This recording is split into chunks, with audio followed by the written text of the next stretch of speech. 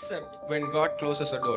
நம்மளுக்கு வந்து மனசுல வந்து ஒரு அக்செப்டன்ஸ் இருக்கும். ஏசப்பா ஒரு கதவை நம்மளுக்கு மூடி வச்சிருக்கிறாருன்னா நம்ம முதல்ல அதை அக்செப்ட் பண்ண கதை. எத்தனை பேர் நம்ம வந்து இல்ல அப்படின்னு யார்கிட்டயாவது நம்ம கிட்ட இருந்து நம்ம சொல்லும் போது are we ready to accept? அந்த அக்செப்டன்ஸ் நம்ம கிட்ட இருக்குதா? நான் ஆசைப்பட்டு நான் ஒரு விஷயம் நான் கேட்கும் போது எனக்கு அது யாராவது இல்லைன்னு சொல்லும் போது it takes a lot of time. So அதே தான் when you face a closed door, ஒரு மூடப்பட்ட கதவை நீங்க ஃபேஸ் பண்ணும்போது அதை நம்ம முதல்ல அக்செப்ட் பண்ணணும்.